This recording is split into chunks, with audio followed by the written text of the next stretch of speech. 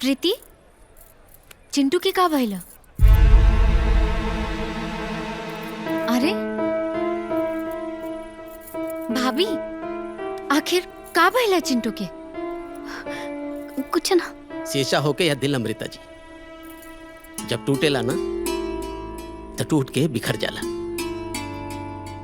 पर खाली इतने होला कि शीशा के टुकड़ा नजर आवेला, लेकिन दिल का टुकड़ा नजर ना आवेला। अरे ई पहेली काहे बुझावताड़ा? हमके कुछ समझ में नहीं आवत। वो ऐसे काहे कि तू कब्बो समझे की कोशिश ही न कैलू अमृता। एको बात बतावा, तोरा कब्बो देवर जी के प्यार महसूस ना भइल? उ त जहिया से तोहरा देखलन तहिया से उनका मन में बस एके गो सपना रहे कि तोरा अपना घर की बहू बनावस। उ त हमेशा यही सोचलन कि उ तोरा साथ अपन दुनिया बसाई है। तू उनका जिंदगी के मतलब तो दे देलू, बाकी उनका जिंदगी के सबसे बड़ा सपना उनका से छीन ले लू।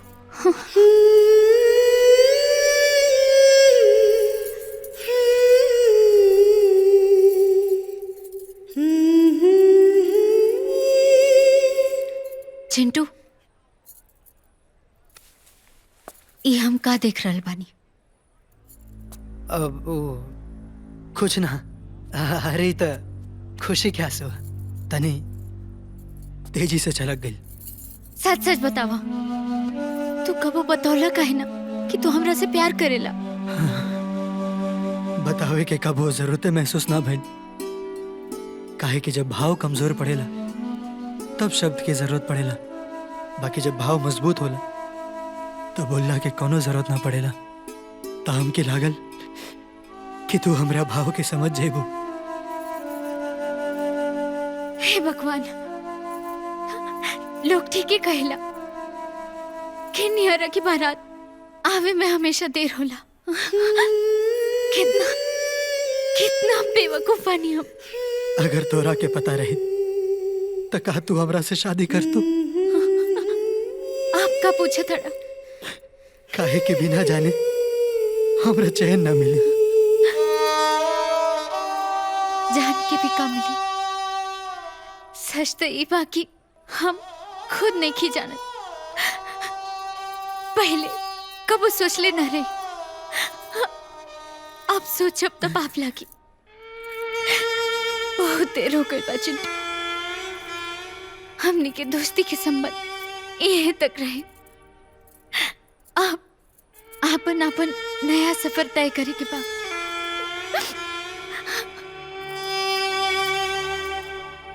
हम तो रिश्ता के बंधन में बन गए,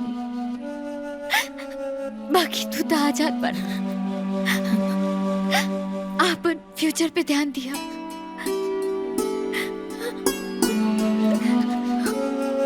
बिछड़े के गम में अपने आप की तकलीफ मत दिया।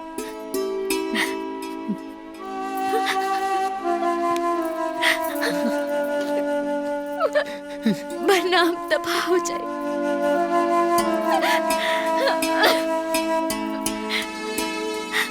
आप ख्याल रखिए।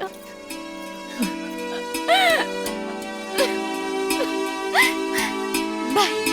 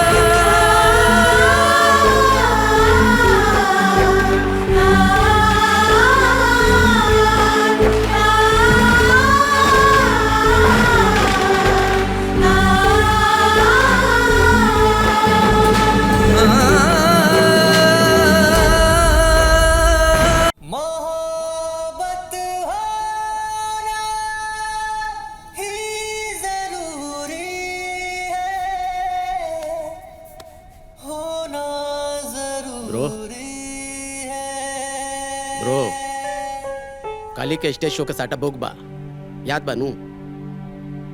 ढेर सारा प्रोग्राम, स्टेज शो, शूटिंग, रिकॉर्डिंग, का कल जाओ। काहे का प्रॉब्लम बा? ना प्रॉब्लम तो वैसे कुछ नहीं खे, लेकिन तरह देख कैसे लागत नहीं खे कि तू कुछ काम करे के स्थिति में बाड़ा। बोला था कैंसिल कर देता नहीं। माने तोहरा का बुझाता कि अमृता के बिना हम जी ना पाए? ओ देवदास और कबीर सिंह टाइप के हो जाए? ना,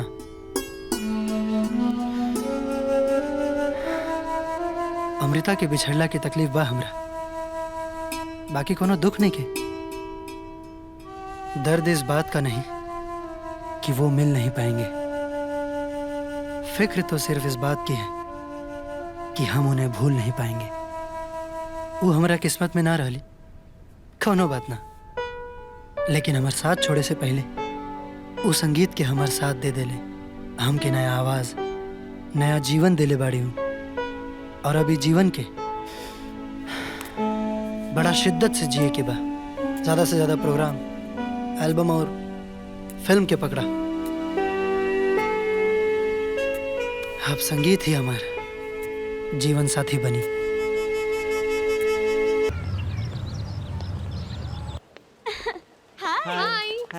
हाय व्हाट्स अप? हाय। हेलो। ऐसे मिलना भी का मिलना, जब तक दिल से दिल का मिलन ना हो, है ना? ओके ओके ओके ओके ओके हेलो। ओके ओके ओके ओके बैठो ना। हाँ बैठी बैठी। बैठिए ना। एक मिनट रुको, एक मिनट बैठो बैठो।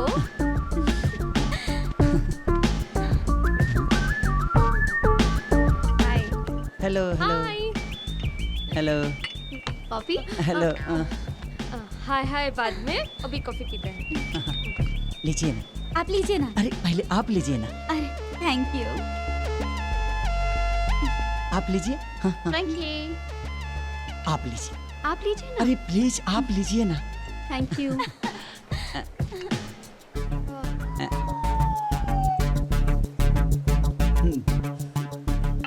कॉफी लो ना। ले रही हूँ, कॉफी उड़ नहीं जाएगी।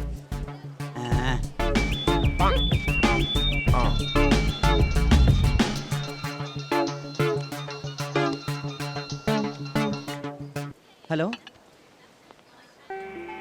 हाँ कहाँ बड़ी थे? ये वही जरूर खमाओ तनी। क्या हुआ? हाँ हाँ माओ तनी। कुछ ना, तू कॉफी पी, हम आओ तनी। अरे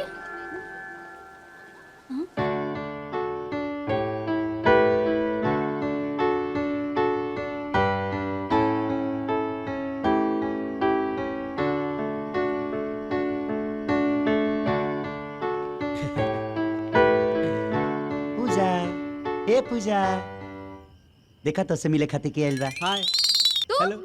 हाँ हम गोधन मैडम जी सेवा कल जा हमने के दोनों आदमी। अब मेवा खाई अकेला, बहुत नाइंसाफी है ना, बहुत नाइंसाफी है। का बकवास करता रहो। अरे सुना है ने, ई बकवास नहीं के करत। एकरा पता चल गई बा कि हमनी के जो शादी के लिए बनी जा ना, उ नकली बा। अब सोचा अगर ई पापा जी के लगे जाके मुंह खोल देलस त का होई? हाँ भाई बढ़िया से समझा दे एकरा की। प्रॉब्लम होई ना। हमरे के ब्लैकमेल करबे तो? पूजा पहले हम एकर जान ले ले। ऐसा ना कइल जाला, लइका नहीं खू। का भेल पूजा, काहे इतना चिल्लात बाड़ू? कुछ ना। हाय ये के हा? हम ई हमर नौकर हमरा घर में काम करेला। हाँ हाँ और हमरा साथ ही रहेला। और ढेर दिन से हम बाहर बानी ना, तैकर मन नहीं खेला। तो हमसे पूछला सा कि मालिक आ जाए का? हम कहीं आ जाओ, इतना बड़ा घर बा, कहीं कोना में पड़ा रही है। वो करे के देख लिए तो खुश हो गई। हाँ खुश खुश। देखा हमरा के देख के इनकर खुशी रोकात नहीं खे। देखा खुशी के मारे कैसे लाल हो गई बाड़ी। देखा देखा।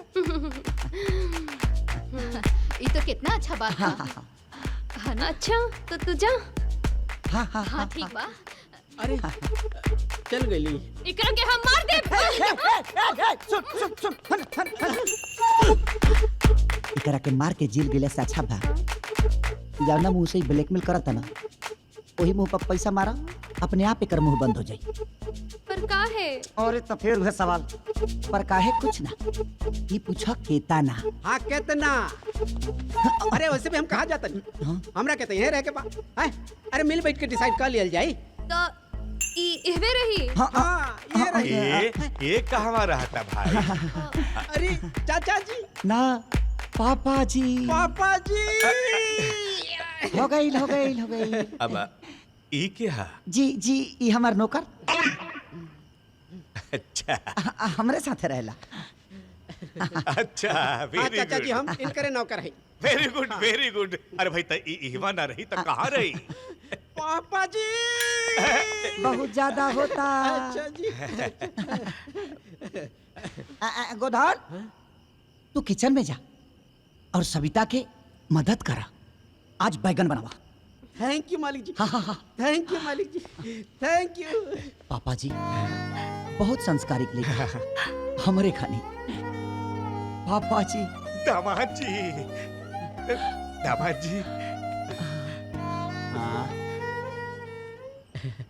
सविता जी, मन में एगो बात आवत, पूछी का? बोला। रउआ अकेले बानी? एगो घर में 4 गो आदमी कहिया अकेले रहे लगले? हाँ, ई घर में हम बानी, साहब बाड़े, पूजा बेबी बाड़ी, अब तो राजा बाबू भी आ गए बाड़े। अरे हमरा कहे के मतलब वो ना रहे, मतलब हम कहते रहने की माने अकेले बानी। बुझ गई नी, अकेले ही बानी और अकेले ही रहे के बा। बहुत अच्छा बात बा, अकेले ही रहे के बा। हाँ? अरे यार, एक मुसीबत खत्म ना भइल और दूसर चालू हो गइल। देखा जब वो खड़ी में मुड़ी डालिए दिले बड़ू तब मुसर से कटे रहता रहू। हाँ? ये तोहरा राय नकली शादी करे के, इससे अच्छा तो हम असली शादी कर लेती। तो असली शादी तो तब होई जब तोके कोनो लड़का पसंद आई। एगो काम करा, कोनो अच्छा लड़का पसंद करके आ शादी ब्याह करके ना ये सबसे छुटकारा पाला, हमरो देह छूट जा। बोलो तो ऐसे बड़ा जैसे कोनो पसंद का लड़का झाड़ पे लटकेला, गई नहीं तोड़ लेनी। अरे यार रोल बंद करा, हम बानी ना, सब समस्या का हल कर दे। लेकिन हमरा नहीं के बुझात यार, तू हमरा से कम में मानी। अरे हम इस शादी के चक्कर में पूरा लुट गइल बानी।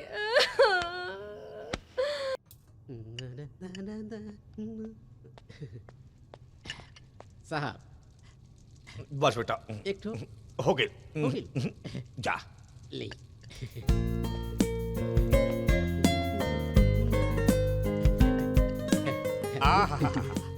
बिहार की याद आ गई। आज नाश्ता के बनौले बा? पापा जी। तू बनौले बड़ा? और क्या बनाई? खुश रहा। अच्छा कैला बेटा जी तू आ गईला। दामाद जी के भी मन लगल रही, सविता के भी हेल्प हो जाई। अरे उनकर हेल्प तो हम कर ही के चाहता नहीं, पर पापा जी राहुल सेवा करे के मौका मिला था, एक कम है। पापा जी खुश रहा बेटा, खुश रहा। हमरा निखे लगत ई कम पैसा में मानी। का? देखत नेखा पापा के कितना चापलूसी करता। कुछ न कुछ करे के पड़ी। पति पत्नी में का खुसर फुसर होता है? कुछ ना पापा। सविता। जी सर। चलो बेटा। ओके बाय। पापा, बाय। पापा जी। पापा जी। जियत रहा बेटा, जियत रहा। जा खाना खा ला। धन्य हो गई नी बेटी। पापा जी, पापा जी। अरे हम लोग का आशीर्वाद दे दी पापा जी। दे दी बेटा, दे दी। बेटी जितने संस्कारी दामाद जी बाड़े उतने संस्कारी इनका नौकर भी बा। पापा जी ठीक बा बेटा, चलो तानी। ओके पापा। ठीक है पापा जी। अच्छा हम नहाए जाता नहीं, अगर तोहनी दोनों के कुछ चाहिए तो गोदे नहीं जा बाड़े मंगवा ले। हम बानी रवा जाई। अच्छा सुनी, तनी गर्म पानी से नहाए, बड़ा ठंडा बा पानी।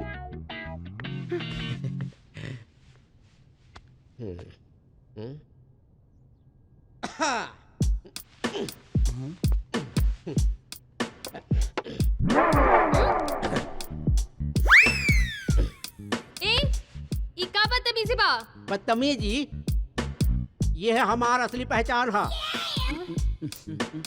तू का हमरा के नौकर बुझले बाड़ू? ई दो टके का आदमी ऐसे बात करता? हाँ, हम का करी? 2 टका ना, 10,000 पाउंड का? हाँ। पागल हो गल बड़ा का? हाँ। अगर पागल रहती ना तो हमने चुप ना रहती। शादी के सारा सच तेरा बाबूजी के बता चुकल रहती, बुझलू? तो हर बाप को वो 10,000 पाउंड देख ले बड़े का? ना, यही तो हम देखे के चाहता है कि 10,000 पाउंड कितना होला है? हाँ वो रे हाँ तू का देखत रे? आओ दे, आ दे ला कॉल के दे। जी। हाँ और सुन, हाँ मुंह में दही मत जमा, समझाओ एकरा के, ठीक? ओके। टेंशन मत ला। अच्छा ही बतावा, एकर बात मानने के अलावा दूसर कोनो चारा बा? नहीं खे रे आ हमार कुछ कपड़ा बा जी। गंदा हो गई। राउर कपड़ा हाँ अच्छा अच्छा नहीं खे ना? सब बा, ओकरा के तू धो दे। हाँ ना ता अपनी मैरारू से धुलवा। हम कच्चा धोई, ना। हम कच्चा धोई। ना हो। एकरा पहले कि हम एकरा के मार दे। ना हो हम काहे खाती बानी है? हम धो दे हम धो दे कि ना? ठीक बा। हाँ।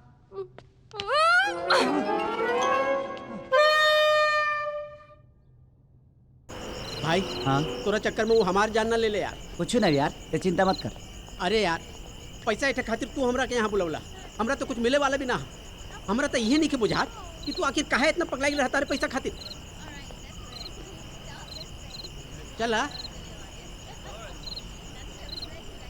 गांव में वो हमार बहन भी है, जौना के नाम है कविता। वो अपनी जान से भी ज्यादा हमके प्यार कर ले यार। बड़ा अरमान से ओकरे खातिर एगो लड़का देखनी, और ओकरे के देखे खातिर लड़का वाला लो हमारा घरे आई। चाचा जी खाई लो ना, भाभी बनौले बिया। अच्छा हाँ, और लड्डू भी उहे बनौले बिया। सारा खाना अपने हाथ से बनावेले और बहुत निमन बनावेले। का चाची? हाँ, हमरा पूरा मोहल्ला में ना एकरा जैसन समझदार लड़की नहीं थे। बढ़िया बा। ई देखी, हमरा खाती अपना हाथ से ही मिले बिया। हाँ, और ई देखी, बढ़िया बाहो।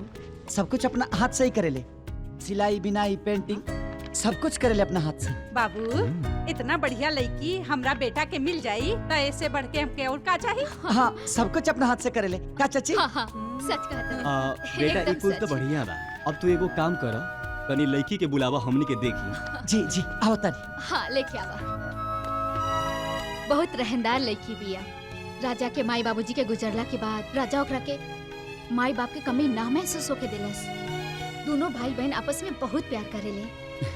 कितना सुंदर लागत रे रीति। आए एगो बात कही, लड़का भी बहुत सुंदर बावे। लेके आवा बेटा। हाँ चाची, आओ तानी।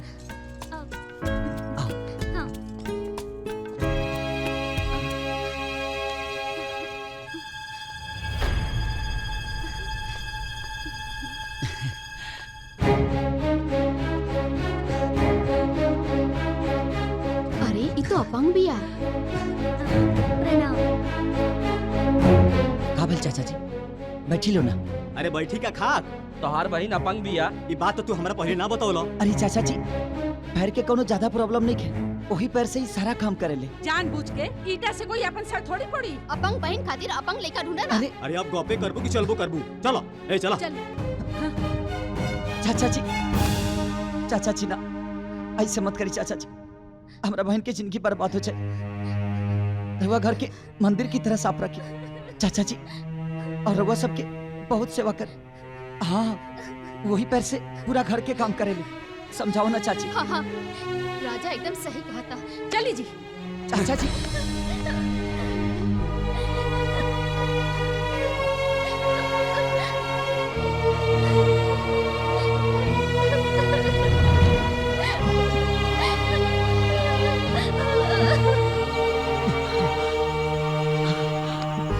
वही दिन से कसम खा लेनी कि चाहे हमारा जौंची भी करे के पड़े, ओकर सबसे बड़ा डॉक्टर और सबसे बड़ा अस्पताल में ओकर इलाज कराए।